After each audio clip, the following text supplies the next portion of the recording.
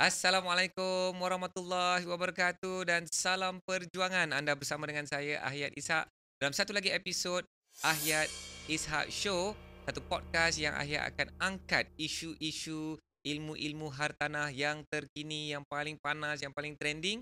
Dan hari ini Ahyad nak mengulas satu isu iaitu RTA. Sebut sama-sama, tulis sama-sama RTA. Apakah itu RTA? Residential Tenancy Act.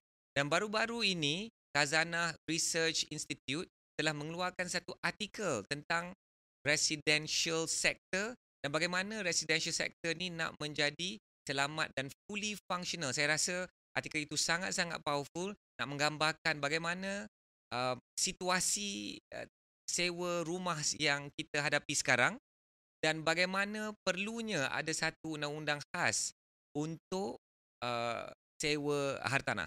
Dan untuk itu, untuk mengulas topik ini dan topik kita hari ini RTA, subtajuk dia ialah kalau penting kenapa belum ada lagi? Dan dengan itu kita menjemput tetamu khas. Beliau adalah the one and only Datuk Nazri Mustafa. Assalamualaikum. Oh, Waalaikumsalam dia relax je. warahmatullahi taala wabarakatuh. Oh, relax je dia bagi tangan je kat kita tadi. So Datuk Nazri ni dia seorang peguam hartanah. Saya, Sudah 32 tahun sebagai peguam hartanah. saya. Dah menulis buku, selalu dijemput untuk menulis artikel di surat khabar, dijemput TV dan expo-expo. Jadi beliau adalah seorang yang saya anggap sebagai insan yang sangat-sangat sesuai untuk mengulas topik RTA ni, Datuk. Eh, Okay, so we're gonna go straight into it, Datuk. ya, Apa itu RTA ni? RTA ni. okey. RTA Residential Tenancy Act ada Ya. yang sebut Residential Rent Act ada. Oh, Kalau dalam bahasa Melayu ni kita sebut Akta Sewa Kediaman. Akta Akta Sewa Kediaman iaitu Okey.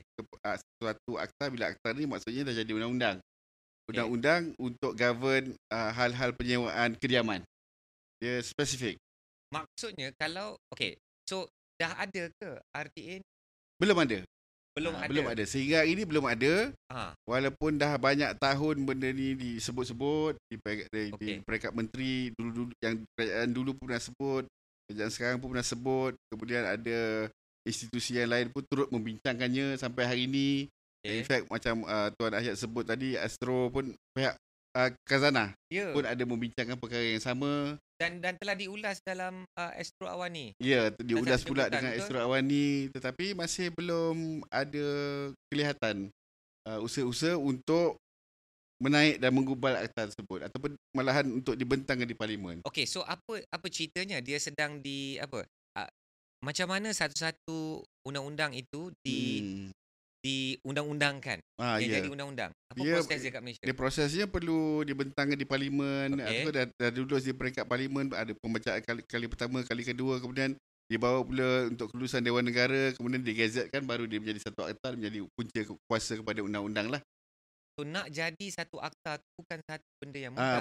Bukan. Dia bukan macam buat buku launching besok jadi buku. Tidak. So dia ada proses dan dia mengambil masa yang agak lama. Cuma saya percaya draft RTA ni memang dah ada di peringkat kementerian. Cuma usaha untuk menjadikan dia sebagai satu undang-undang tu belum kelihatan lagi. Dan nak membuat draft ni, nak buat drafting ni dia bukannya mudah kan. Dia akan dapatkan input daripada ramai stakeholder, dan saya percaya perkara ni sudah didapatkan dan draftnya pun mungkin sudah ada, cuma kalau ada pun mungkin nak di-refinekan lagi dengan memanggil lagi stakeholder ataupun orang-orang yang ada kepentingan, orang yang pakar, mungkin juga termasuk Rehda ke, termasuk Bovia ke, termasuk wakil daripada Bar Council ke, dan juga mungkin kalau ada persatuan penyewa-penyewa, persatuan landlord, mungkin diorang juga akan dipanggil untuk memberi input.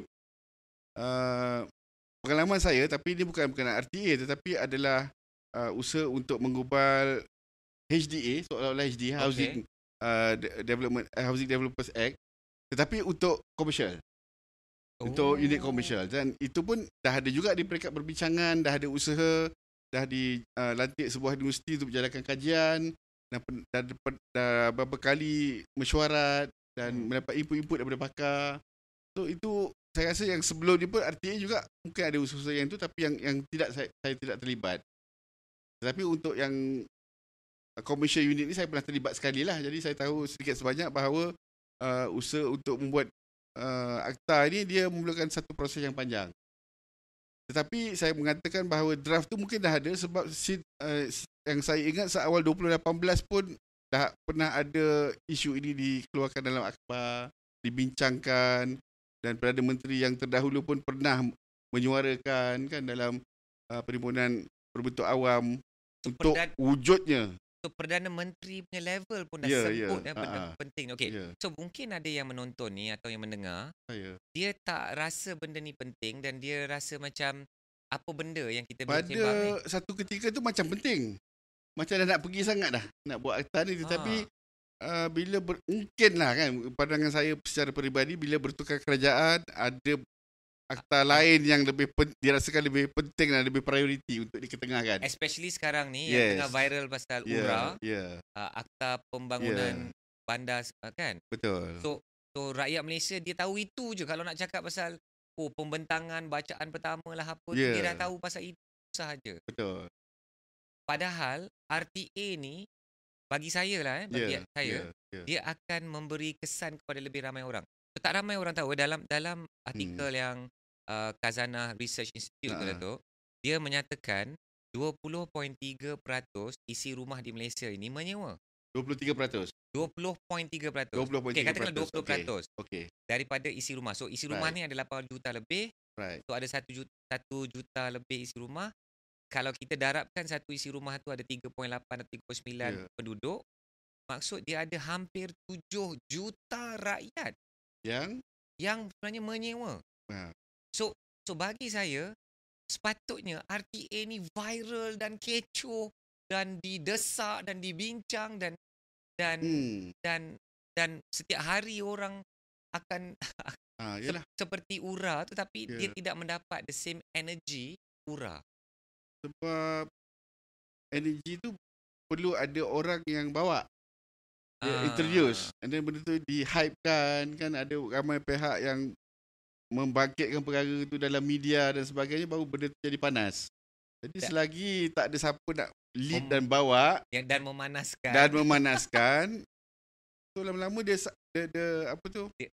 suppress the hype tu yang berlaku pada tahun-tahun sebelum inilah. Okay, so bagi yang mendengar ni, kenapa penting sebenarnya Dato'? RTA ni penting ke? Not the question is wrong. Bukan soalan dia kenapa penting. Soalan dia penting ke kita? No, this is an honest question. Yes. Penting ke kita ada RTA ni? Pendapat saya secara peribadi penting.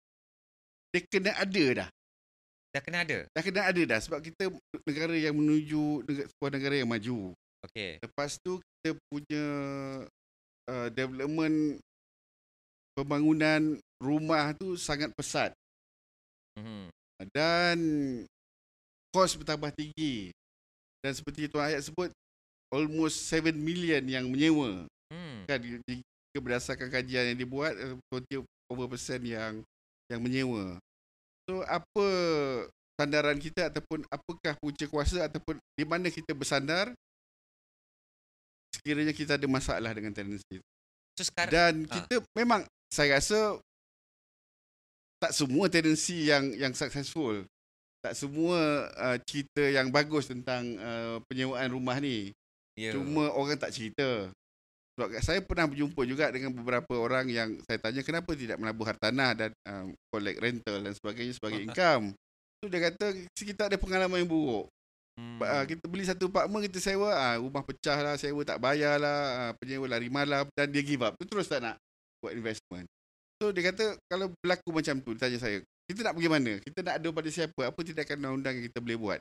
Memang ada tindakan undang-undang yang boleh kita buat, tetapi adakah undang-undang kita ni cukup to expedite the process of recovery, to expedite the process of the remedial process untuk orang kata menyelesaikan isu-isu yang berlaku tu. Terus bila Datuk cerita benda ni, saya pun terfikir, sekarang ni tak ada RTA lagi. Betul. Dan bunyinya sangat penting. Betul.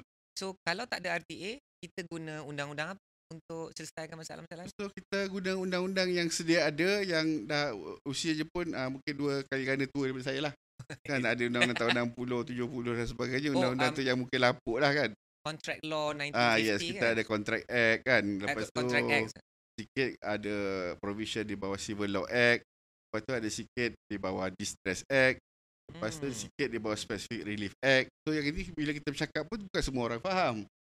Dan kita tidak ada satu, yang paling penting tidak ada satu tenancy agreement yang standard ataupun bukanlah standard dijadikan panduan.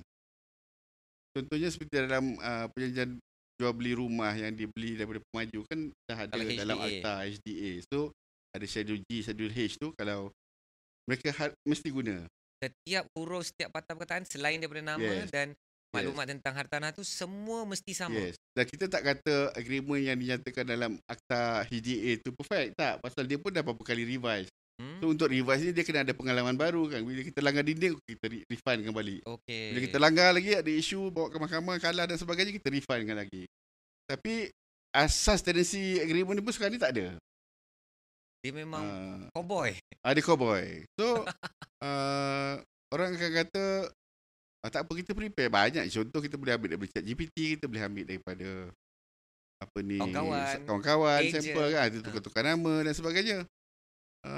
Tapi kalau tak ada masalah, okey lah. Ya. Tapi bila dia bermasalah dan kita nak kuasakan tenancy agreement tu, dia jadi isu lah. Kita boleh nak lantik lawyer, padahal sewa tu mungkin dah sewa 700, 1000 sebulan kan, tapi nak lantik lawyer, nak pergi bawa mahkamah pun dah 10,000. So berbaloi ke tak berbaloi? Okey. So pasal tenancy agreement ni pun akhir ada satu soalan khas pasal ada standard tenancy agreement kan. Tapi berbalik kepada contract law dengan apa specific Specific Relief Act, Relief Act dan banyak lagi act ni. Act, memadai tak undang-undang yang kita ada sekarang ni? dia memadai tapi pelaksanaan itu tidak smooth lah, dia ambil masa yang panjang. Contohnya macam Distress Act tu adalah untuk menyita, antara lain untuk menyita barang-barang milik penyewa supaya boleh dijual dan untuk kontra balik dengan outstanding. So whether adakah ia costly, adakah berbaloi untuk kita pergi ke arah itu. Dan kalau sewanya hutangnya 1,000, 2,000 tapi nak pergi ke mahkamah ambil masa, kos peguam dah kat 10, 15,000 kan. Melainkan memang hati tu dah benar-benar sakit lah dengan orang tu. Dan yang kedua, kalau ada barang dalam tu, kalau dia dah tinggalkan kosong, kalau dia tinggalkan kosong, nak distress apanya? Okey. Kalau mungkin akta tu lebih sesuai digunakan untuk unit komersial lah kan, yang memang barang tinggal atau dia masih berniaga di situ. Tapi bila kita bercakap tentang residential kan, kita apartment, flat, condo, townhouse, landed, macam mana kita nak buat? Dia ambil masa. By the time you get the court order, you pergi nak serve the court order dekat tenant pun dah lagi malam, dah tak ada. So just you get a paper judgement ataupun paper court order saja. So adakah kerana itu kerajaan pun rasa tak perlu nak diluluskan undang-undang baru ni? Kerana saya tak dapat komen lah apa kerajaan rasa, tapi kita ni rasa mendesak lah dah perkara tu. Dia sebenarnya mendesak kan? Ya, mendesak. Sebab bila ramai orang yang menyewa rumah dan ni tidak ada proper guidance, dan mostly probably rely dengan agent, apa yang agent guide dia kan, ataupun yang kalau sewa tu lebih mahal, mungkin dia akan approach lawyer dan tanya apakah dia punya risiko untuk sign tenancy agreement ni dan sebagainya lah. Okey. Dan kadang dia tak faham pun, tak baca pun sign je. Ya. Kan. Kadang-kadang yang residential punya tenancy agreement tu dia guna pakai je untuk yang commercial. Suka hati je dia untuk sign. Okey. So sebenarnya bila tenancy agreement ni ditulis oleh landlord, maka kita bimbangi bahawa dia memang akan berat sebelah lah kepada yang menulisnya. Now, the issue is, satu macam saya sebut tadi, tenant pun tak baca. Yang kedua, adakah tenant in the position to argue whatever content yang ada dalam tenancy agreement tu? Sebab dia at the same time dia nak sewa situ kan, atas berbagai sebab lah, dekat dengan tempat kerja, LRT dan sebagainya. So adakah dia mempunyai bargaining power sebenarnya? Sebenarnya tak ada pun. So dia sajalah. So bila jadi isu, then baru nak bergaduh. Tapi mostly semua orang take law in their own hands lah. Itu masalah dia. Bila tak ada proper avenue untuk kita gaduh berkenaan tenancy. Because kalau kita tengok contoh apa yang dibuat di Australia pun ada, tapi dia bukanlah under the government, is under the state. Ada New South Wales kan, dia ada RTA. So they have more than 200 section dalam dia punya akta. So menunjukkan betapa banyaknya perkara yang boleh dimasukkan dalam akta tu. If they have more than 200 section kan, sampai tak terbaca lah. Tetapi it's more or less comprehensive. So it covers a lot of issues. Dan saya difahamkan RTA kita pun banyak nak merujuk ke Australia punya model. Yeah. Why? Australia ni kira satu contoh negara yang sektor sewa kediaman ni sangat terjaga, terkawal. Dia biasa sebab kita tak pernah buat, kita tengok orang. Cuma antara orang-orang yang dah buat dan nampak berjaya, dan komprehensif dia punya akta, kita copy and paste lah. Dan kita refinekan dan kita modify mengikut keperluan dalam dalaman kita lah. Okay. So kalau penting, so saya tertanya soalan, kenapa tak ada lagi sekarang? Dan apa agaknya penghalangnya? Is it technical ke? Is it political? Atau adakah dia pemilik hartanah yang melawan ke? Atau what is going on actually? Setakat ni saya tak nampak pula pemilik ataupun stakeholders of this property yang menghalang. Tak ada siapa yang menghalang pun tak ada orang nak bawa. Yang menghalang tu saya rasa yang menggalak tu lebih ramai. Dari pihak mana? Penyewa atau pemilik rumah tu sendiri?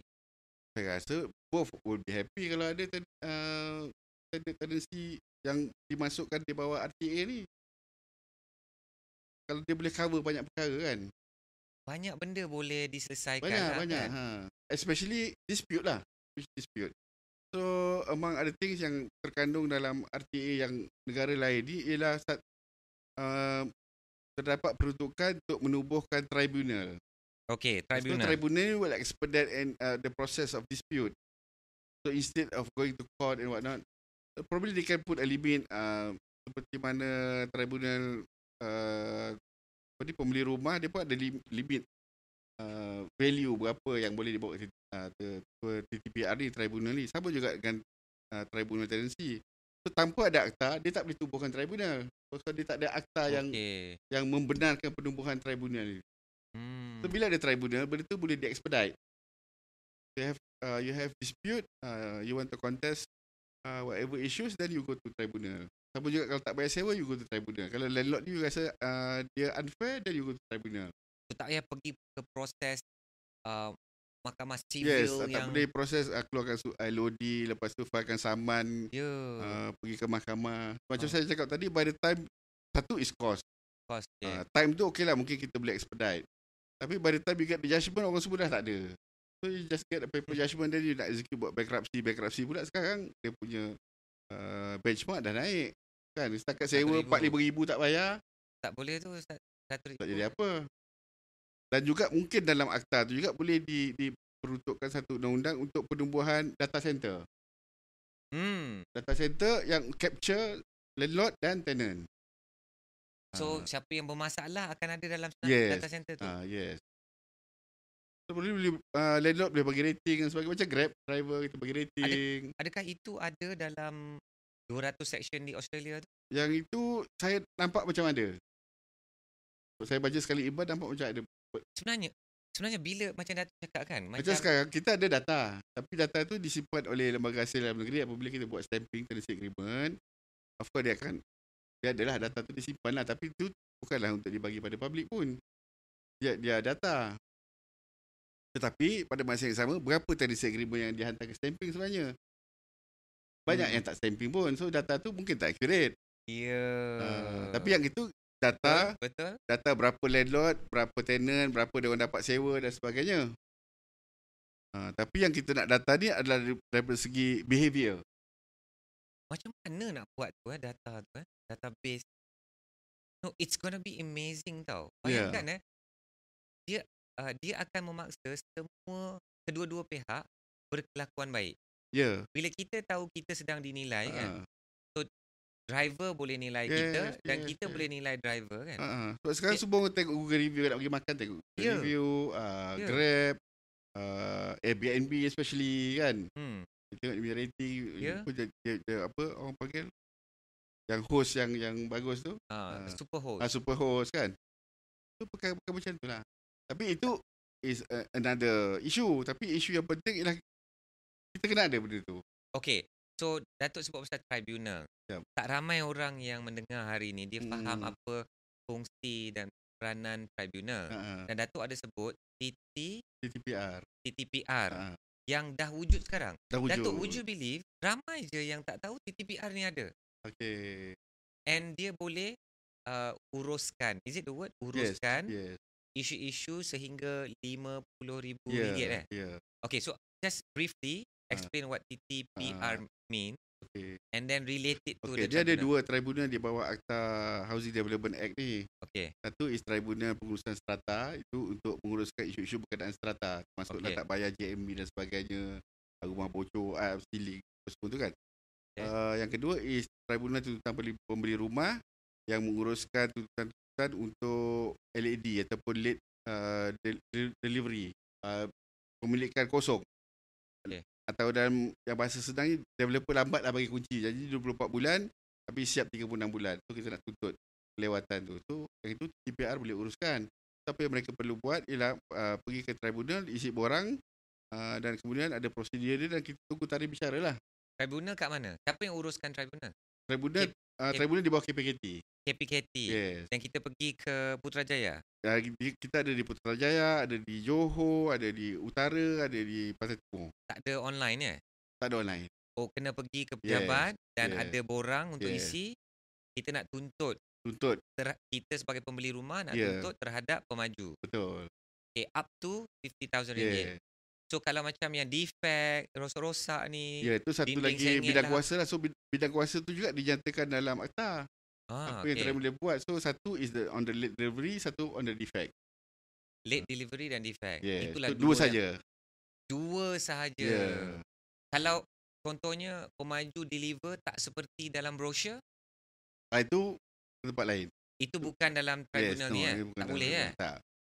But again, dengan itu adalah 2 isu utama yang selalu berlaku dalam pembelian rumah daripada pemaju. So bila dia bawa ke tribunal, maknanya mahkamah dah boleh fokus pada perkara lain. Kalau you just imagine kalau perkara ni semua bawa kan. Kalau satu hari setiap kali satu sitting ataupun satu hearing tu ada 20 kes, 30 kes, ada 40 kes pun ada. Setiap hari. Tidak setiap hari, tapi saya boleh kata setiap minggu lah. Setiap minggu, okey. Kan kata 2-30 kes.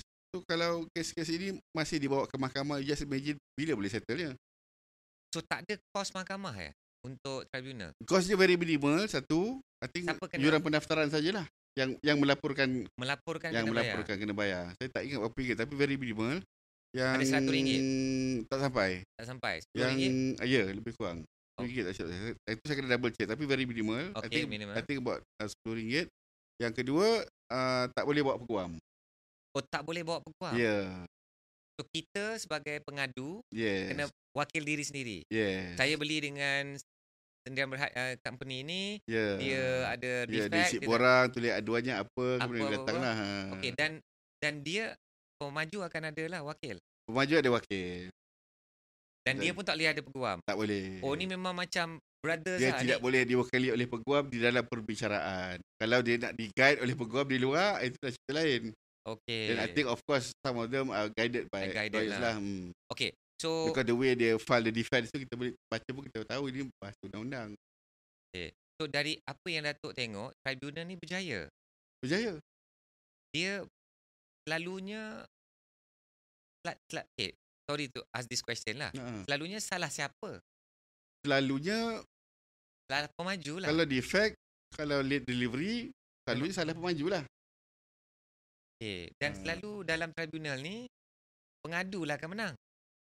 Selalunya pengadu akan menang. Tapi kita berdasarkan fakta kes juga. Sebab ada yang claim yang mungkin memang kita kena tengok dulu. Kita tak boleh kata dia pasti menang. Jangan juga kena tengok claim dia adakah melampau atau tidak lah. Not claim, yes.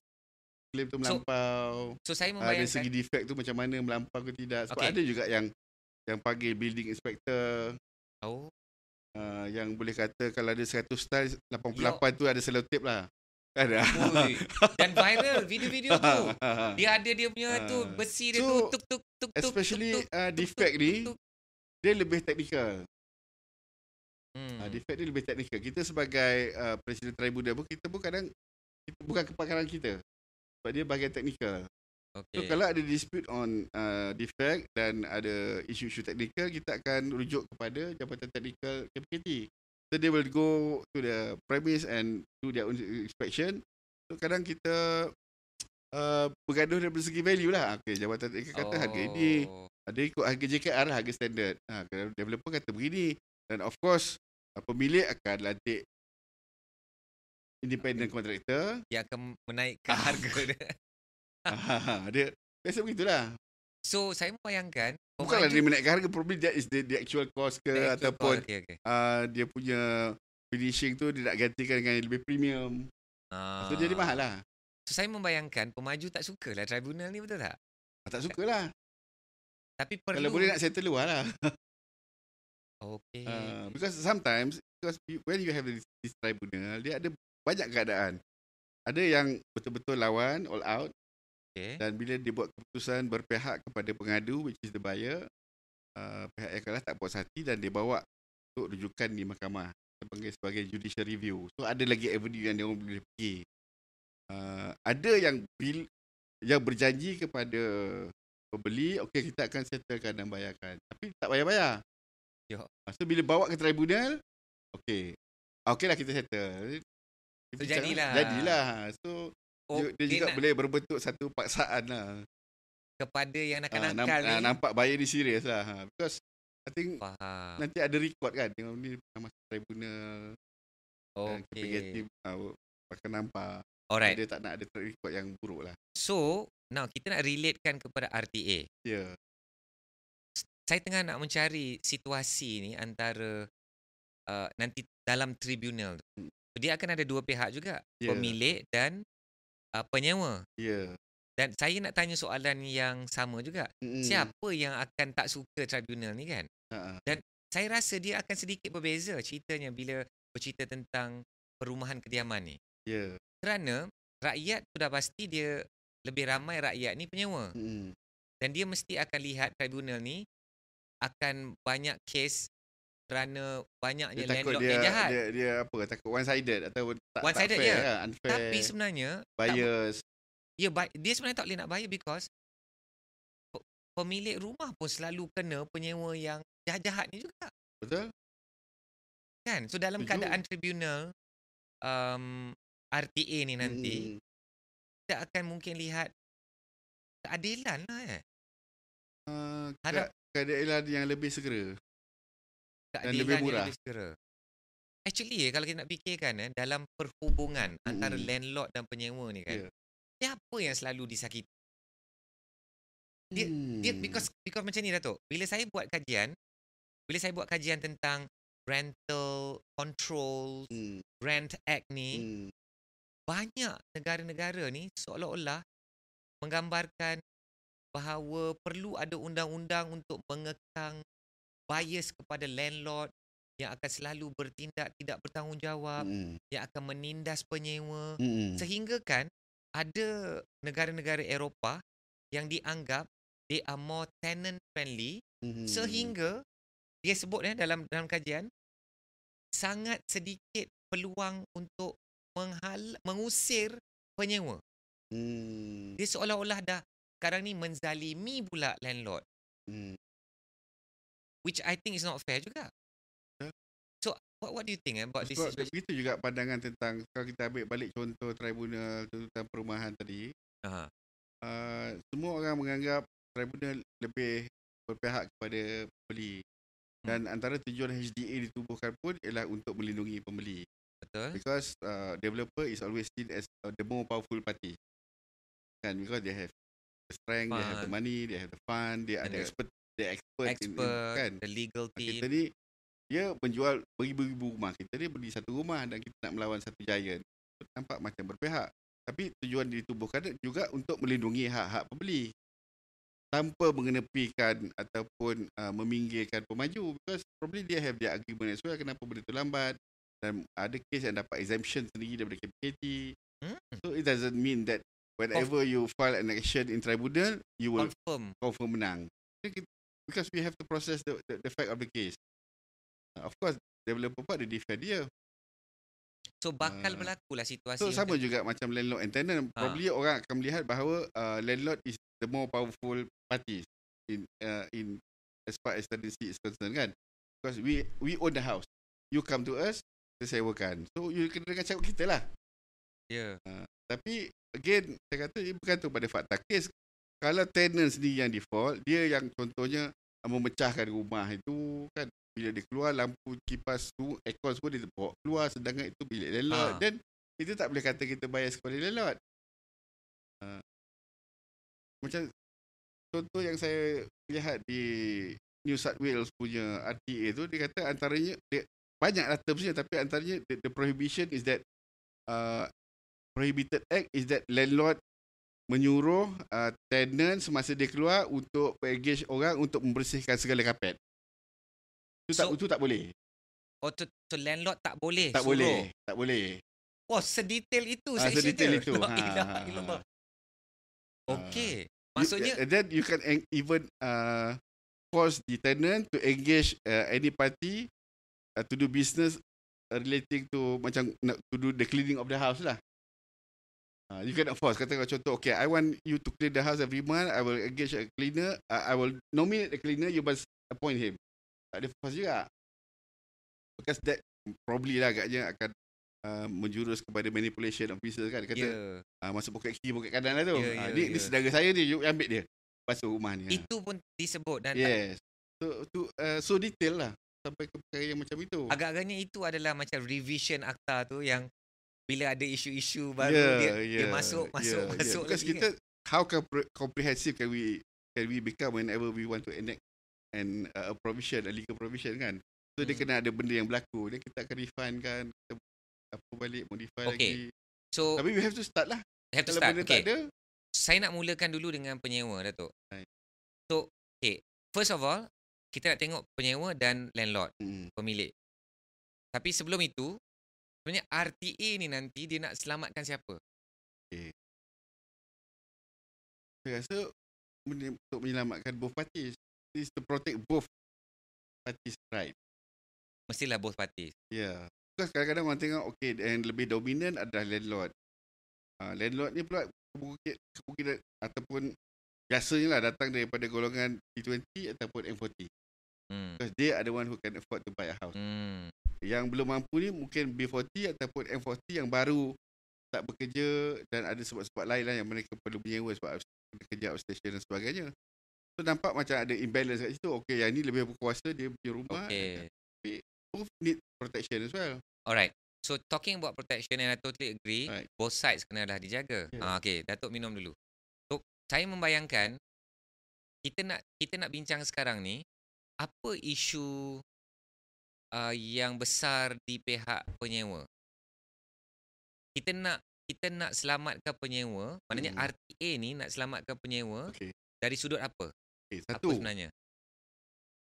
Kekerapan untuk menaikkan sewa. Kan? Kalau landlord ni rasa tiba-tiba lepas 6 bulan kan, tapi neighbor sewa banyak ini, you dapat murah. Saya nak naikkan sewa, you tak nak, you keluar lah. Satu. Yang kedua, premature termination. Kita janji 2 tahun tapi lepas tahun dia nak tamatkan.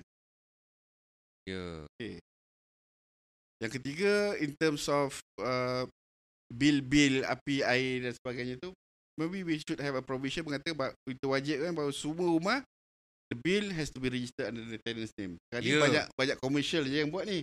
Residential ni orang kurang sikit buat, masa macam leceh kan nak pergi TNB, especially nak kena bayar deposit lah. Ni dah bayar deposit rumah 2 bulan, lepas tu deposit api air, then you ask me to go to TNB and register under my name. Probably I'm just a short term tenant, lepas tu nak pergi balik dengan TNB, collect balik deposit dan sebagainya. Itu antaranya. Lepas tu kalau nak kena listkan all the furniture, kalau yang sewa fully furnished, dia berapa tahun dia punya lifespan of the furniture kan. Probably after 3 years nak kena tukar kalau benda tu dalam jahanam dan sebagainya. So ini pun nak kena ambil kira juga. Tapi in a way benda tu pun menjaga pemilik Ya. kan. So yang Bukan, jaga tenant tadi macam kalau landlord nak usir keluar bila-bila masa, landlord nak naikkan sewa. sekarang ni dah seolah-olah macam normal. Ya. Dia had dia 10% saja boleh naikkan sewa setiap tahun. Itu just market practice. Itu market practice Ya. selama ini. Dan sepatutnya benda ni ada di dalam RTA. Sepatutnya lah. Okay, so this is another Dan follow-up. itu sepatutnya masuk dalam either provision dari RTA ataupun masuk dalam the standard tenancy agreement. Ya. Ataupun kalau tidak pun at least ada benchmark. Okay, The maximum you can go is 20%. Contoh. kat sini pun ada satu follow-up question tau. Mm-mm. Rent control ni adalah satu bahagian penting dalam RTA kan. Ya. Dia pasti akan ada tulis lah. Ya. Kan? Bermaksud kerajaan ada kuasa yang lebih kuat untuk kawal sewa. Ya. Dan kita dah boleh lihat di banyak bandar-bandar utama di dunia yang di mana bila kerajaan terpaksa campur tangan, harga sewa yang terus melonjak tinggi. Ya. Dan penyewa dah tak ada pilihan kerana tak ada rumah lain di kawasan itu. Maka kerajaan terpaksa melaksanakan rent control. Ya. Which to me is a scary thing. Because dia dah macam seolah-olah mengganggu market forces dan dia ada campur tangan terus. Rent control ni pun kalau ada intervention of government ni pun susah juga sebab dia very subjective. Dia bergantung pada location and then what type of building kan. And then Betul. of course kalau 5-star condos dia punya maintenance tu mahal. Then you have to take that into account. Yeah, then I'm thinking about maybe jurisdiction pun is going to be an issue. Contohnya Ceras. Baru-baru ni I tengah research Ceras kan. Rumah teres kat Ceras KL, rumah teres kat Ceras Selangor. Beza harga median. Dan transaksi, bilangan transaksi pun beza. Macam kepung di Kuala Lumpur dan kepung di Selangor. Dua harga median yang berbeza. So kita membayangkan nak apply rent control tu is one thing. Okay. But the question was this. Kalaulah jadi isu macam ni, maknanya akan ada kemungkinan pemilik dah tak berminat lagi lah nak buat rental ni kan. Dan itu akan menjadi sebenarnya masalah kepada negara. Kerana kerajaan tak mampu merumahkan rakyat seorang diri. Dia perlukan private sector. Yang orang yang nak ambil risiko, yang nak ambil perancangan, yang nak keluarkan modal yang besar. Dan dia nak bantu juga merumahkan rakyat. But could this happen, Datuk? You think? What's your opinion? Saya rasa landlord tetap akan terus buat because that is an income. So cuma masalahnya is kita tak ada satu regulation yang fix lah yang orang boleh jadikan panduan untuk menangani apa-apa isu yang timbul daripada tenancy ni. Itu saja. Contoh juga kalau macam kadang-kadang kita tengok viral rumah yang rumah yang sempit ni, yang balcony pun dia convert jadi bilik. So adakah itu habitable? Kan? Dia mungkin affordable tapi dia tidak habitable. Tak sesuai lah. Bukan apa habitatable. Kan? Dia tak boleh tak sesuai kan. Yang ada viral yang gambar bilik dalam toilet. Betul. Saya rasa selagi landlord mampu untuk membeli property, tak ada isu untuk landlord back out kerana rasa tertekan dengan isu-isu tenancy ataupun demand daripada tenant yang tidak bersabar. Saya rasa itu tak jadi isu. Dia masih boleh dikawal. Malahan kapitalis tunggu je kalau kau tak nak kau tak apa aku masuk sebagai landlord. Kan you sell the property to me cheap then I become your landlord. Tak ada orang, tak ada isu. Macam saya cakap tadi dah, kalau contoh ada pemilik-pemilik yang ada bad experience, dia punya first experience then it is a bad experience, so they give up. Tapi ada orang lain yang akan masuk. Ataupun terima kasih ataupun contohnya dia akan approach, you have bad experience, tak apa, you bagi I, kita buat sublet. Kan dia boleh gunakan premis berkenaan untuk menjanakan lebih keuntungan. So saya rasa pun ramai je yang scout yang mencari property terbiar ni, nak mencari landlordnya, mencari ownernya dan propose buat sublet sebagainya. Yelah, investors ni dia boleh menilai sendiri kan. Cuma tadi ada satu soalan kan. Apa yang bila RTA ni masuk, apa akan jadi kepada semua tenancy agreement yang lepas? Itu tak apa. Itu I think bila dia orang merangka akta tu pun dia akan ambil kira perkara ni. Mungkin dia tidak retrospektif, dia akan ke depan je. Jadi mulai daripada tarik akta digubal dan seterusnya, you have to use this currency agreement. The previous one tak apa, kita akan maintain. Dan sama ada dia boleh dibawa ke tribunal ataupun tidak. Akan adalah fasa peralihan tu kan. Fasa peralihan tu ada. Sehingga semua hartanah yang disewakan ni akan Bukan guna. dia fikir by the third or the fourth year, majority of the TA pun dah tak relevan dah. Semua dah expire. When you renew, then you have to use your Okay. renewal. So tadi kita dah bercerita apa isu untuk penyewa kan. Apa pula yang kita nak kena jaga sangat hak pemilik rumah dalam RTA ni? Satu, macam mana kita nak tangani. Of course, sewa ni, bila cakap pasal sewa ni, kita nak duit lah. Kita ada rental kita nak collect. So, apa jadi kalau rental tak boleh collect? Yang pertama, apakah maximum deposit yang kita boleh collect? Okay. Number two, how we deal with the deposit? Because deposit ni 2 orang. And whether we use the deposit to set to kontra dengan unpaid rental. So, bolehkah kita gunakan deposit tu untuk set off dengan whatever damage done to the property? So, ini semua nak kena cerita juga ni. Then, upon termination, berapa lama you should refund back the deposit? Sebab banyak je orang kata deposit tak refund pun, landlord gunakan alasan itu, alasan ni untuk tidak refund. Ataupun deposit itu telah digunakan pakai, jadi nak refund tu dia ambil masa 2 bulan, 3 bulan tak dapat duit. Jadi itu pun antara perkara yang boleh dimasukkan dalam RTA tu. Yang pasal deposit ni dia kena jelaskan. So ada banyak cadangan sekarang ni akan ada satu pihak lain yang akan memegang duit deposit. Dan ada juga saya nak juga jadi pihak lain tu kalau betul.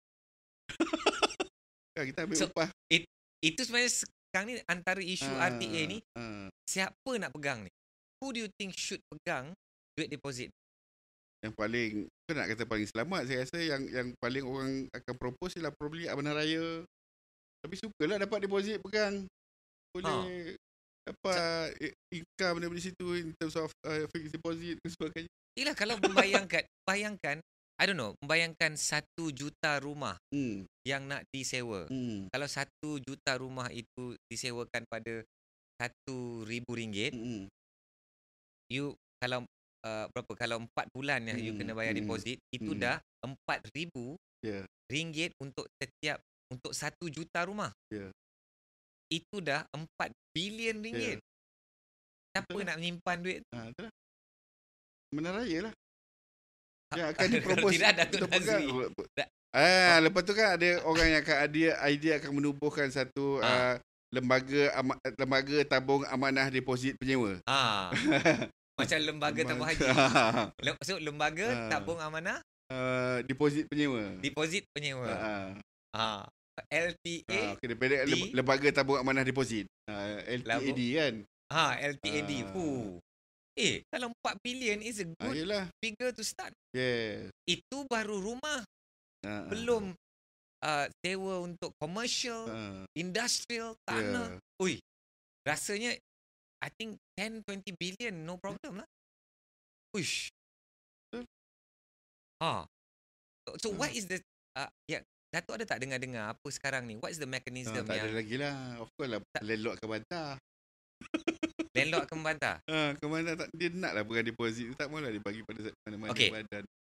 So, unless you buat macam takaful lah. Okay, kita collect semua deposit, kita laburkan, dan keuntungan tu kita bagi balik pada landlord.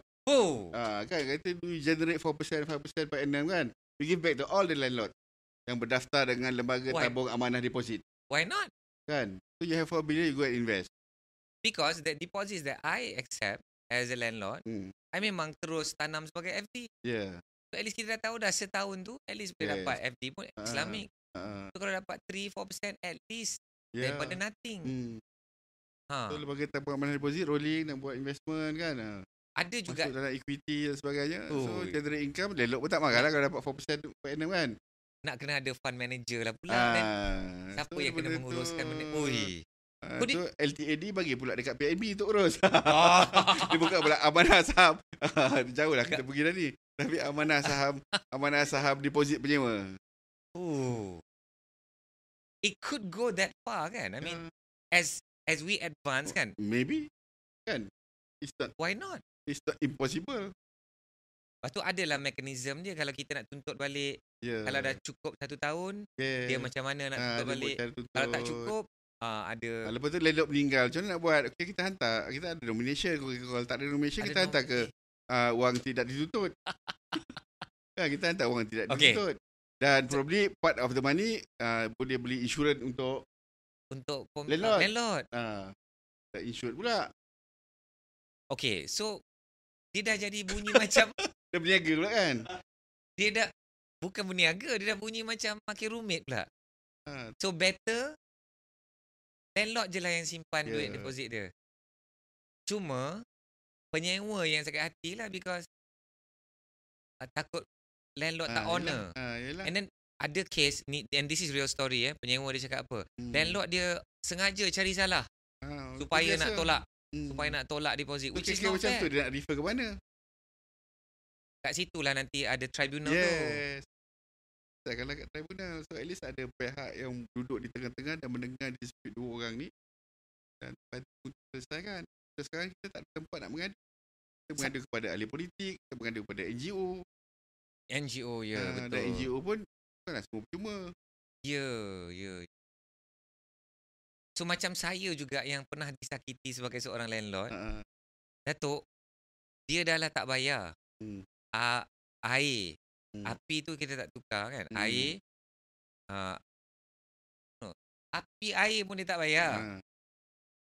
Sewa dia tak bayar. Sabar dulu. Lepas tu, dia bersusah payah cabut kompresor aircon di tengah malam. And unit tu dia macam kena ada tangga yang double volume lah Datuk. Yang bukan 1 tingkat, dia 2 tingkat. Bersusah payah dia menyabung nyawa ni. Nak mencuri saya punya kompresor tu. Kompresor tu.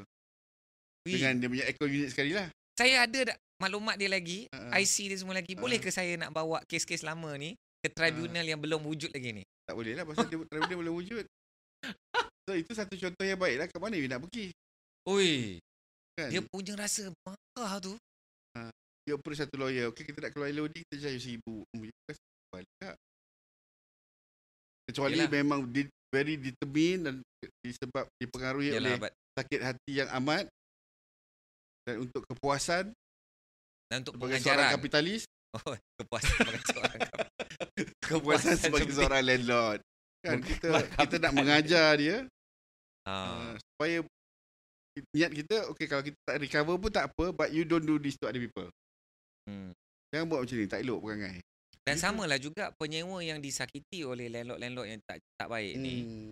Dia pun nak mengajar landlord ni jangan buat lagi kepada penyewa yang akan datang. Datuk, saya ada real case sampai jadi viral Datuk.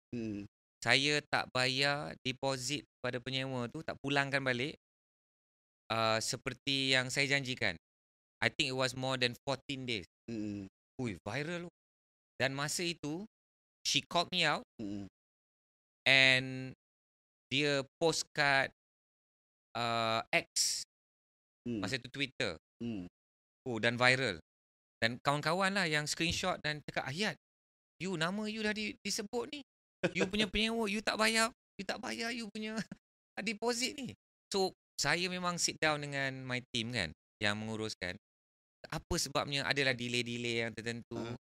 So sekarang ni kita memang dah sebut 7 working days ke 7 calendar days, 7 working days mesti settlekan secepat mungkin. Because benda ni Kang, zaman ni viral. It's not worth it. I bukan sengaja menyimpan pun duit dia. I akhirnya bayar. Cuma there was some communication breakdown. I pun tak salahkan dia. But yelah, bayangkan mungkin dia pernah lalui landlord yang tonglap duit deposit.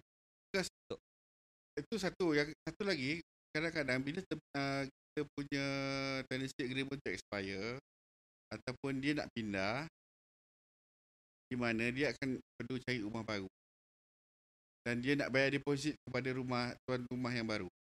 Tapi dia minta deposit kita. Kita kata lepas you terminate, baru lepas termination tu efektif, dia dah keluar. Kita dah check premise dia, baru kita refund. Tapi dia memaksa-maksa kita untuk refund sebab dia tak ada dana yang cukup nak bayar pula kepada landlord yang baru. Isu tak. Betul. Dah atas perikemanusiaan dan atas budi bicara. So, kita pun bagi. So bila kita bagi, dia pun bagi belik kunci, kita masuk. Banyaklah jahanamnya dah tak ada duit pula. Especially bil TNB. Ya. And saya nak mengambil peluang ni lah. Sahabat-sahabat semua seriously. Mesti tukar nama bil. Ya. Jangan main-main guys. Sekarang ni berapa TNB dah umumkan berapa bilion dah diorang kerugian. So rumah-rumah yang dijadikan perlombongan kripto is real. Saya ada seorang sahabat yang kena berapa puluh ribu di Elmina. Penyewa yang sangat baik, yang bayar lebih sikit daripada market rate. Oh, you sebagai landlord sangat-sangat happy. Bayar tepat masa. You pun tak pernah nak tengok dia kerana dia bayar pun lebih sikit. Dan dia bayar setiap bulan. Bila dia keluar, a few months later, baru benda tu kantoi. So, it's a real case and banyak kali case berlaku. Soalan. Kenapa semasa dia menyewa tak ada siapa datang potong? Bila dah tengok penggunaan yang melampau. Ya. Bila penggunaan tu melampau, maknanya bila landlord tu ambil alih, dia kena dituntut sebab bil tu outstanding kan. Ya. Kenapa semasa benda tu rumah tu masih beroperasi, bil yang melambung tinggi, tidak dibayar, tak ada siapa datang potong? Soalan tu Datuk tujukan ke TNB ke apa Datuk? Sebab saya pernah dapat kes yang macam ni, tapi dia bukanlah cerita perlombongan. Commercial premise. Okay. Bila tenant tu keluar, dapat bil outstanding RM12,000. Okay. The day the landlord datang ke situ untuk melawat premise tu, that was the day orang TNB sampai dan nak potong. So what happened for the previous few months back yang bil tidak dibayar, kenapa tak ada potong? Oh, sebab meternya di dalam. Then how come kita punya timing dia kena ni? I sampai, you sampai. Kita bukan nak tuduh TNB, tapi kita menceritakan apa yang berlaku. Ini pengalaman kita benar. Because pahitnya ialah pada pemilik rumah tu yang kena menanggung perbelanjaan elektrik yang terlalu tinggi. Because again, when you come and argue, kata it's your fault, kenapa tak berubah nama tenant? Kita kan benarkan nama penyewa. So macam ni lah. Kita letakkan terus SOP, you nak menyewa, jangan kekalkan nama you untuk TNB. Suruh tenant itu jadikan syarat. Kalau tak nak, tak apa. You boleh cari unit lain. Okay, Datuk, moving on. Bercakap pasal eviction. And I want you to talk a little bit more about eviction lah. Nak mengeluarkan tenant ni bukan senang. Tapi bila kita membincangkan benda ni, kalau yang mendengar ni adalah dalam kalangan penyewa, dia akan dengar macam Datuk sebutlah tadi, macam seolah-olah ini adalah satu tuntutan kapitalis, geng-geng T20 yang berada, yang menzalimi yang golongan tiada. Padahal yang dizalimi ialah pemilik rumah tu. Dalam beberapa situasi yang tertentu.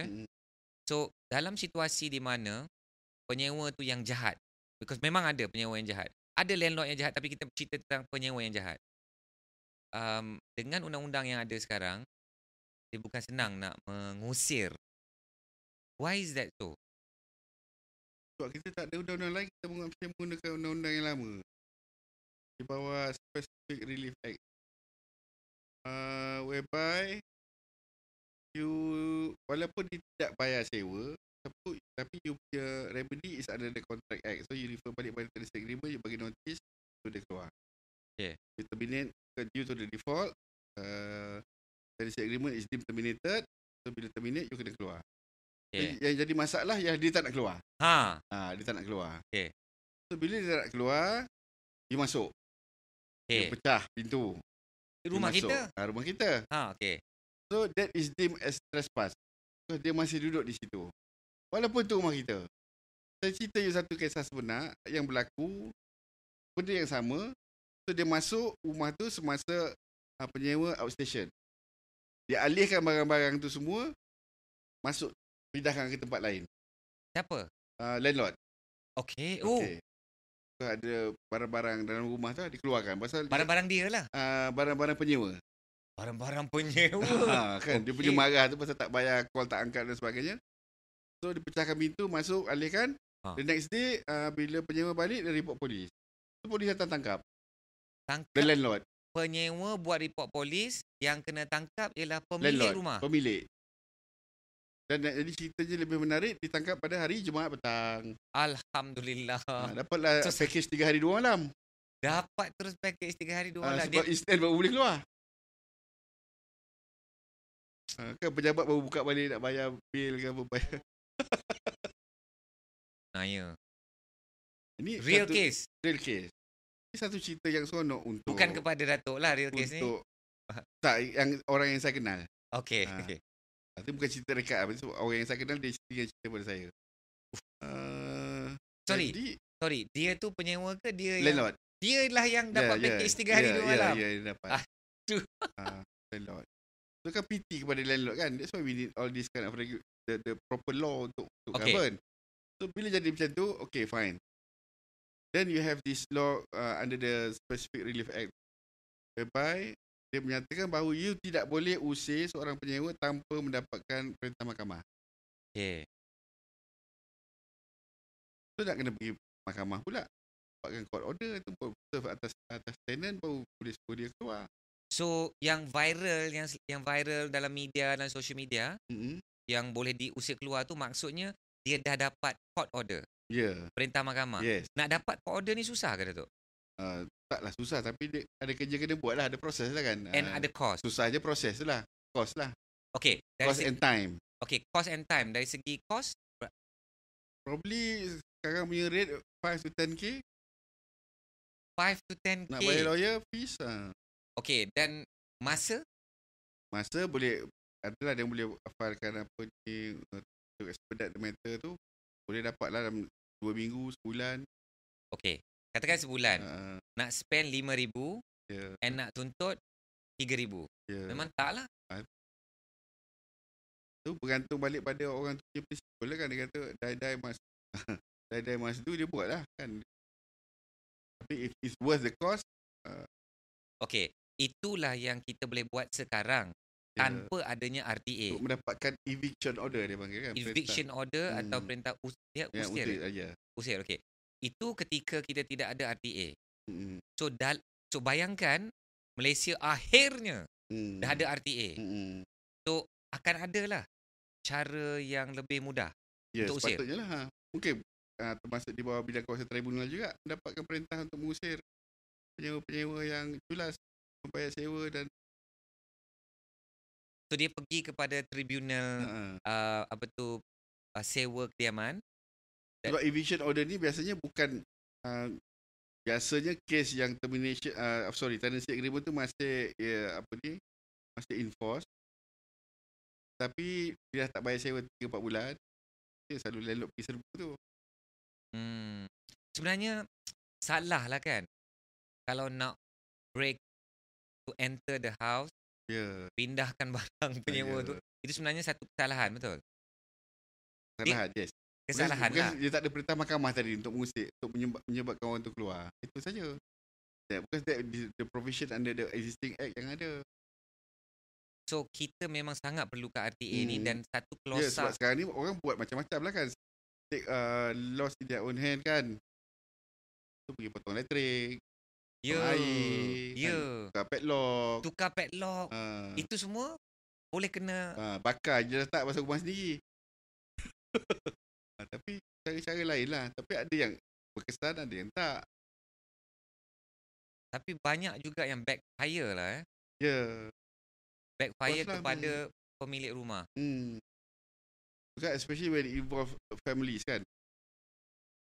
Contohnya yang tak bayar sewa je bapak, maknya tak tahu. Yang keluar anak-anak itu bapak kerja outstation. The moment wife dengan anak balik tak boleh masuk rumah, padlock telah ditukar. Mesti gaduhnya. Yang tu pun satu penganiayaan juga Ya, yang kita nak elakkan. ya. Kan, bagi contoh macam tu, contoh yang emosional sikit lah. Itulah. Cik. Kan, emosional kepada semua pihak kan. Kepada Ya. contoh kalau you lah sebagai penyewa kan, memang you dah tengah tertekan, pendapatan tu terjejas. Ya. And then wife you telefon tak boleh masuk rumah. Landlord dia dah pergi tukar padlock.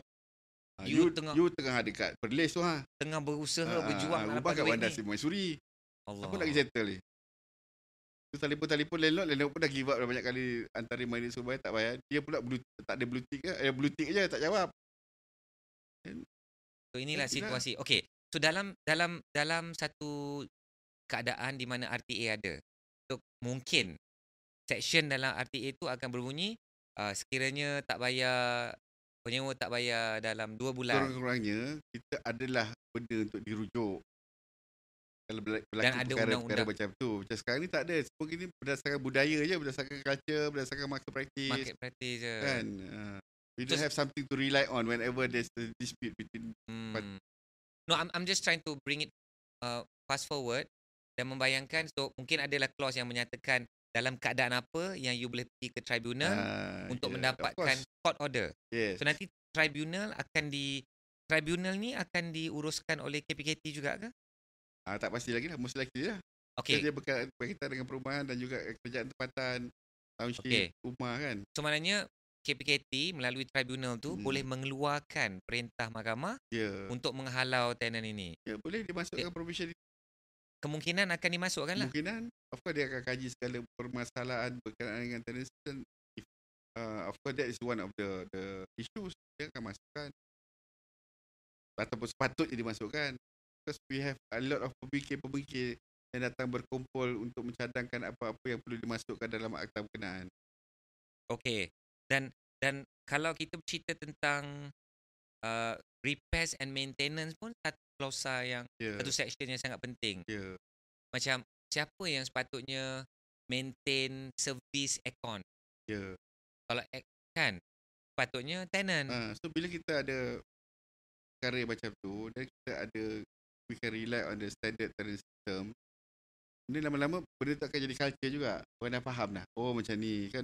Probably during the first few years of implementation akan ada banyak isu lah. Tapi lama-kelamaan orang akan faham. The new generation akan faham. So dah tak jadi banyak isu. So sekarang ni dispute macam Tuan Ahid cakap lah. Tanya siapa nak repair kan. Ada rumah yang IWK tenant bayar. Ada rumah yang tenant IWK landlord yang absorb. Maintenance selalunya tenant dah tak bayar. Tapi ada yang dia letakkan syarat sampai kau kena bayar. Ada landlord yang mengamuk, kau punya najis apa aku bayar. Benda macam tu lah. Betul lah kan? Dahsyat. Engkau punya taik je. Aku punya aku yang kena bayar kan. Bayarlah RM8 tu. RM8 sebulan pun jadi gaduh. Tapi yalah, I mean, kalau tak ada RTA, itulah jadinya. Dia boleh cowboy. Dia boleh anything under the sun. Dan kita tak bolehlah benarkan benda tu kekal macam tu kan. Alright. Satu lagi Datuk. Pasal short term rental. Saya pun terfikir juga. Adakah RTA juga perlu dan akan cover sekali long term rental yang setahun atau 3 tahun? I don't know, is there like a specific, like 3 tahun ke atas dia ada lease pula? Kan? Okay, so dia perlu ada ke definition yang khusus dan dia akan cover tak yang short term rental? Sepatutnya dia cover. Sepatutnya comprehensive dah cover all kind of rentals. All kind of rentals yang melibatkan residential unit. Itu termasuklah short term, mid term, long term kan. Then dia kena specify lah. Probably they have different bahagian untuk short term macam mana, long term macam mana kan. Sebab sekarang ni pun tak ada undang-undang yang cover short term rental. Dan macam orang ada kondo boleh, ada kondo tak boleh. Then is within the jurisdiction of the JMB nak benarkan atau tidak. Dia ada yang isu tak boleh lagi yang tambah bilik dan sebagainya semua tu.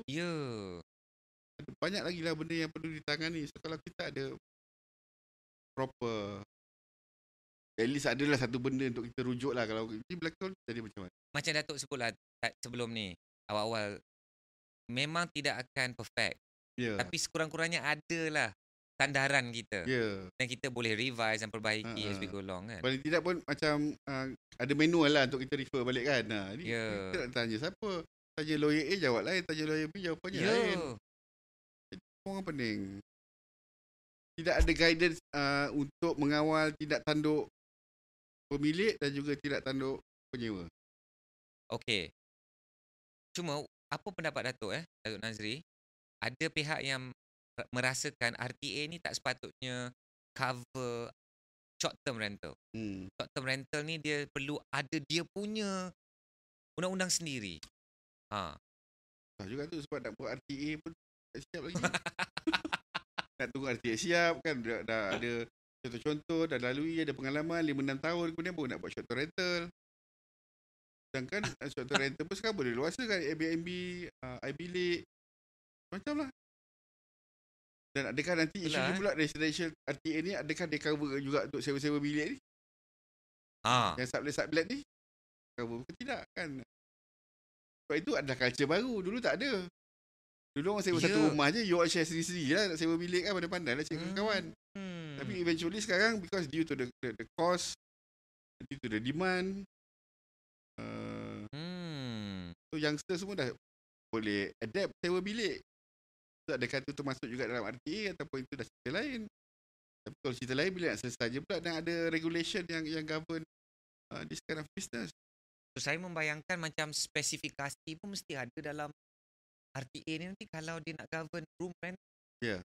Mesti sekurang-kurangnya I don't know 100 kaki segi ke yang perlu ada katil yang banyak.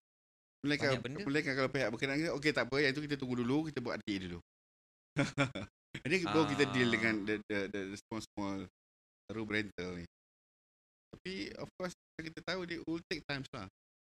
Even though the demand and the needs dah sangat perlu. Okay, so kita sebagai pemain dalam industri hartanah ni, Datuk sendiri, Ahyat sendiri, kita sebagai pelabuh hartanah, kita pun sebagai landlord, kita ni pun nak menjadi landlord yang terbaik sebenarnya. Ya. Saya nak RTA ni supaya dia adil. Ya. Dia menjaga hak saya dan dia menjaga hak penyewa. Saya nak menjaga hak penyewa. Cuma kita rasa macam frust lah Datuk. Rasa macam semalam dah kena ada RTA ni. Ya. Sebab benda ni dah bincang daripada tahun 2018.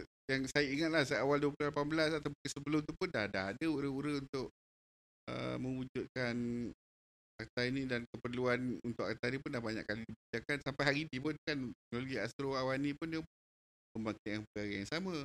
Tapi why dia bangkitkan juga perkara yang sama hari ini? Kenapa sekarang juga dibangkitkan? Adakah sekarang makin dah terdesak? Kenapa Astro Awani itu membawa itu sebagai tajuk perbincangan? Tapi saya suka pada tahun 2025.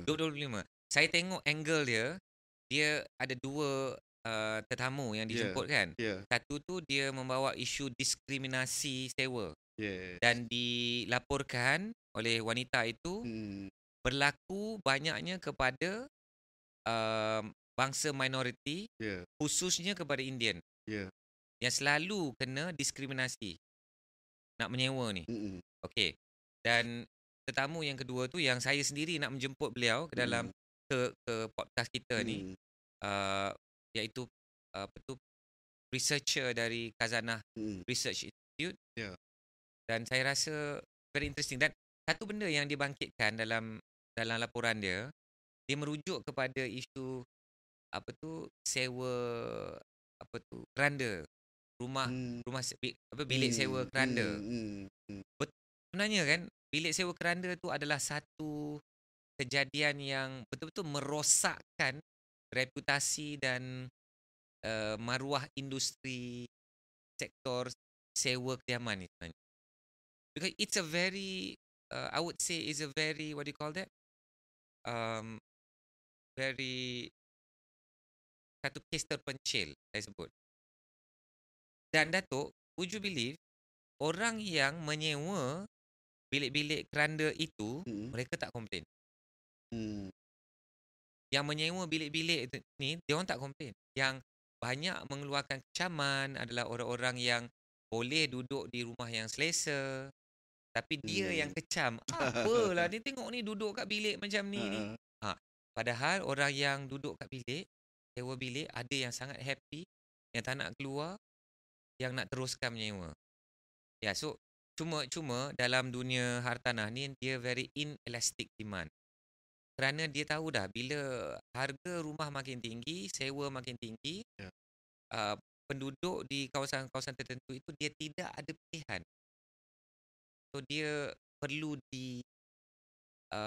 dibantu oleh kerajaan dan perlu ada undang-undang khas kan. Okey, sebagai penutup lah Datuk. Ya. Kita dah mengulas banyak sudut dah. Sebenarnya saya dapat cover semua, hampir semua 20 soalan yang saya idam-idamkan. Okey. Ini antara podcast yang saya betul-betul siap Datuk. Oh, okey. Betul-betul saya siap. Saya Betul-betul siap, betul-betul research, saya study, saya senaraikan. Mula-mula saya bagi kat Datuk 15 soalan. Tiba-tiba pagi tadi saya bagi 20 pula. Datuk ada tak apa-apa nota yang belum dikongsikan? Dah dapat selesai lah. Ada lagi soalan? Sebenarnya saya dah habis. Dah habis. Sebenarnya saya nak Okey. tanya Datuk. Okey. Kita tak tahu bila RTA ni akan dilaksanakan. Yang kita harapkan sepatutnya semalam dah ada, tapi kita tak boleh nak berharap begitu. So apa yang kita kena buat sekarang dan apa nasihat Datuk kepada kedua-dua pihak? Maybe you take one angle at a time, but your final advice kepada penyewa and kepada landlord. Okey. Kalau berkenaan ada dua perkara lah. Satu, bila kita nak ambil sama ada landlord atau tenant. Sebab kita ada banyak kes ni macam bila bercakap tentang landlord, ada kes yang kena scam kan melalui iklan. Ya. Kan dia bagi pressure kan, dia bagi apa dia panggil tu kalau macam ada perkataan saya lupa lah macam urgency. Urgency, okey. Kan dia urgency kan macam kesan borang kat belakang urgency tu kan. Urgency tu. Jadi orang pun bayar. Tapi bila lepas tu buat appointment, yang iklan tu pun tak muncul-muncul, dah kena scam landlord. Itu problem. Kan? Itu problem besar, betul. So daripada segi tenant pun sama. Kita nak memilih tenant tu, kita tak tahu apa prosedur yang perlu kita lakukan untuk buat go through the screening process. So sometimes kita gunakan agent. Tapi ada landlord tak nak bayar agency fee kan untuk screening, walaupun mereka sebagai third party lebih mudah untuk screen lah.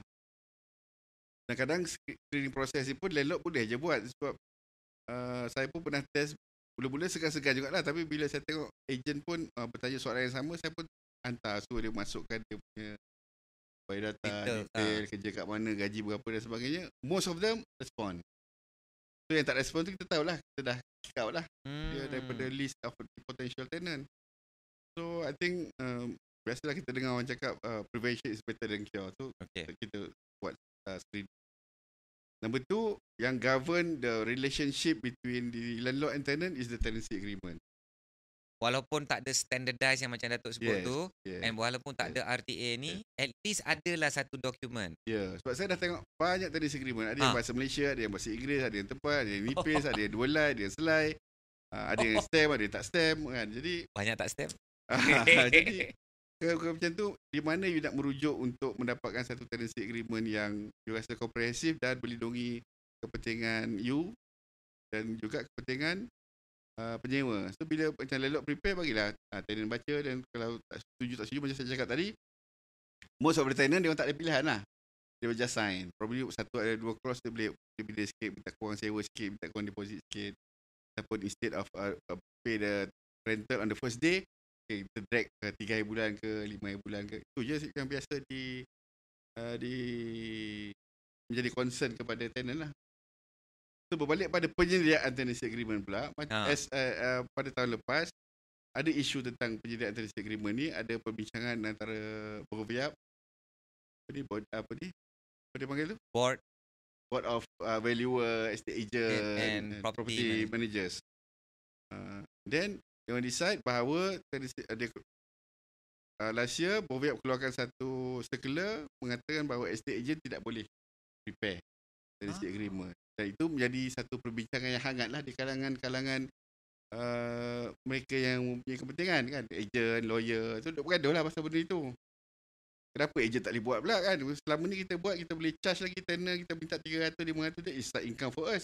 It's just a tenancy agreement pun. How severe can it be kalau kita buat tak proper pun, apa benda clause lagi nak masuk dah 10 tahun kot. Kita buat tenancy agreement yang ini, kita tukar nama dan sebagainya. Ya.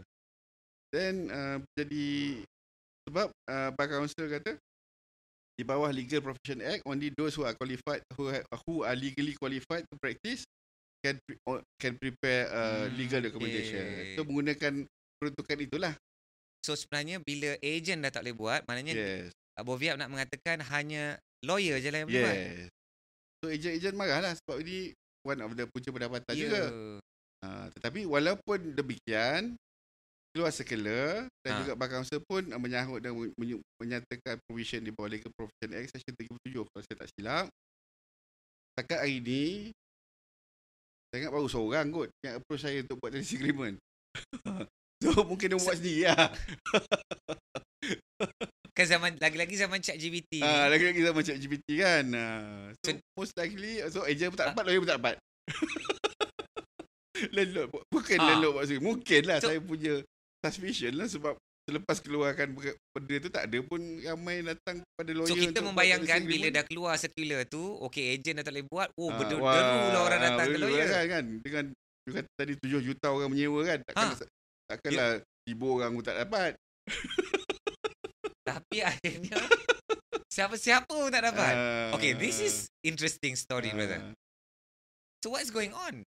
Maknanya landlord buat sendirilah ni sekarang ni. Tak tahulah, maybe lah, ataupun masih juga ada orang lain yang tolong buat lah. Tapi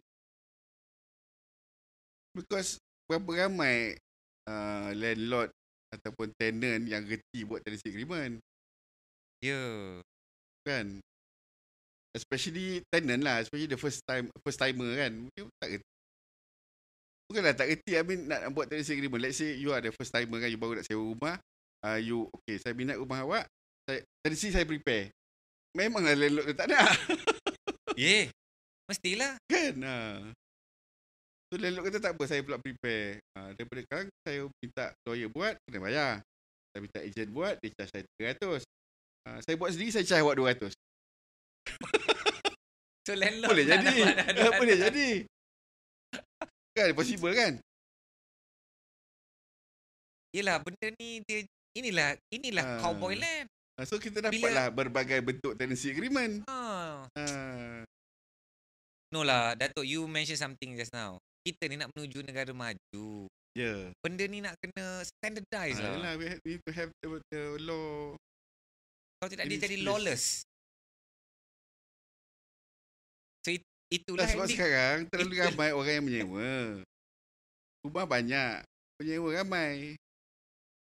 Tapi tak ada benda yang proper untuk tackle isu-isu macam ini. So bayangkan inilah ending sesi podcast kita dengan satu frustration dan kekecewaan. Itu je. Tapi adalah tip-tip tadi kan, dan sahabat-sahabat semua pun dah bila mendengar apa yang kami ceritakan dan ulas tentang RTA, so adalah satu pemahaman yang lebih tinggi tentang apa itu sebenarnya perhubungan antara pemilik rumah dengan penyewa dengan rumah. So I hope itulah yang kita dapat sampaikan lah dalam sesi saya ni. Personally memang suka kalau ada RTA. Mudah kerja. Mudah kerja sebagai lawyer atau sebagai lawyer, sebagai landlord, sebagai tenant. Sebab saya pun tenant juga. Tenant pejabat lah kan. Contohnya kan, tenant rumah. Senang. Kan ada yang landlord, okay, bank in. Ada yang kata, bayar cash. Macam lah. Semua tu kena standardize. Dan kita pun tak tahu peringkat mana yang dah didraftkan undang-undang ini. Mungkin lebih hebat daripada Australia. Tiba-tiba ada 400 section. Mungkin, kan. Dia cover semua dengan student hostel kan. Rumah-rumah yang dibina atas tanah kerajaan. Rumah haram, macam mana nak kutip sewa. Sekarang ni yang buat tanah pertanian, buat rumah 2 tingkat, ada 20 bilik. Ekoturism. Atau sekarang ni tengah menjadi atas tu kata akta ini hanya terpakai kepada rumah-rumah yang dibina melalui saluran undang-undang, contohnya kan. Oh, I Ah, see. So kalau tak ada CCC dan nah, tak kalau tak ada tak CCC tumpah. ke, CCC tu subjektif juga lah. Pasal tu mostly developer yang buat. Yang rumah-rumah yang macam saya cakap Yelah tadi yang lah. Depend tanah atas tanah sendiri pertanian, je. tanah tol ke, bawah kabel ke. Kita tahu belah-belah luar kan. Ya. And sekarang ni popular tiny home, modular Tiny home. home, yes. Modular Ui, home. betul? Adakah dia akan cover atau tidak? Okay, so nampaknya guys, perbincangan tentang isu ni akan berterusan dan kita mengharapkan kerajaan ada political will Yes. untuk memastikan undang-undang ini apa perkataan ni? Digubal. Digubal. Dan seperti menjadi akta lah. Ya. Dan tolonglah kita memohon kepada semua kepada mereka yang ada kuasa di parlimen tu. Dengarlah suara rakyat ini. Hampir 7 juta rakyat Malaysia ini berdasarkan laporan Khazanah Research Institute, hampir 7 juta rakyat Malaysia dalam isi rumah yang menyewa memerlukan RTA ni dalam Ya. keadaan yang segera. Kita mendoakan. Anyways, InsyaAllah. insyaAllah. Sebab sekarang ni tengah push kura. Ha. Lepas tu takut-takut tahun depan election. So kena tunggu lagi lah. Aduh, Datuk. Saya dah punya last pras. Datuk nak tambah lagi pras kita ni. Hopefully adalah satu hero masyarakat yang bawa perkara ni dan mesti menjadikan ia satu realiti. Mungkin ini perjuangan Datuk. Datuk masih aktif di Masih juga. Persatuan Masih. Harta Setakat Kuat. hari ni masih lah. Setakat hari ni masih lah. Adakah ini antara Tak, itu perjuangan? pun, ya antara perjuangan juga. Dan kita pun dah menulis dan menyuarakan pandangan dan sebagainya kan. Tapi ini hanya satu titik yang kecil yang tidak beberapa beri kesan walaupun kita menyuarakan dalam akhbar dan sebagainya kan. So probably podcast ni pun akan bantu dan hopefully akan sampai permintaan ini kepada mereka-mereka yang berkenaan yang boleh bawa perkara ni. Okey, saya akan usahakan surat khabar dan TV dan radio kena Hmm. bawa isu ni dan mereka kena jemput Datuk Nazri. Anyways, kita pun dah sampai ke penghujungnya, Datuk. Baik, terima kasih. So alhamdulillah dalam sejam lebih sikit sahaja kali ini kerana dulu kita dah biasa dah berpodcast sehingga 2 jam. So alhamdulillah kita hanya mengulas tentang RTA dan tajuknya ialah kalau penting sangat kenapa tak ada lagi. So itulah sahabat-sahabat semua, kita berjumpa dalam episod yang akan datang. Assalamualaikum warahmatullahi wabarakatuh. Selamat berjuang.